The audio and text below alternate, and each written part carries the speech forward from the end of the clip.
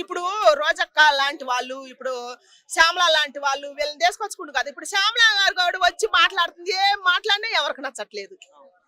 Subject తీసుకొని నువ్వు మంచి మాట్లాడితే, ఇప్పుడు అక్కడ మొన్న రికార్డ్ చేసినారు వీళ్ళలో లోపం ఉందని చెప్పారు కదా, అందరికి కానొచ్చింది, అది తప్పే. మరి ఈ కూటమి ప్రభుత్వం అయితే మాత్రం ఏంది అట్టాటి తప్పులు చేస్తే ప్రజలు పాడైపోరు? అట్టాటి నిందియాలి చూపించి, అట్టాటి చూపించలేదు.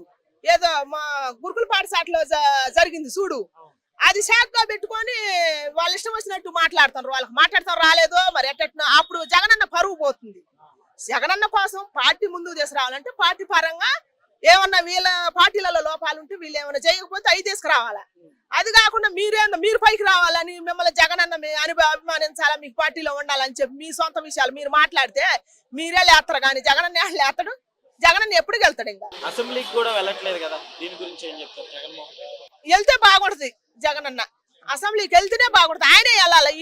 వీళ్ళంతా మాట్లాడతాం వద్దు, కానీ ఆయన మాట్లాడితే బాగుంటది. అసలు ఆయన పార్టీ కోసం, ఆయన తండ్రి గారి పార్టీ కోసం ఆయనే పాదయాత్ర చేసిండు కదా. తల్లి, కొడుకు, చెల్లె వీళ్ళు ముగ్గురు నీతో చేసినారు కాబట్టి అప్పుడు గెలిచినారు. మళ్ళీ ఈ కుటుంబం ఒకటయ్యి మళ్ళా చేస్తే ఏమైనా గెలిచే అవకాశాలు ఉంటాయని నా అభిప్రాయం. కుటుంబ ఫీలింగ్ అందరు కలిసి ఉంటే బాగుంటది. ఓకే అండి, థ్యాంక్ యూ.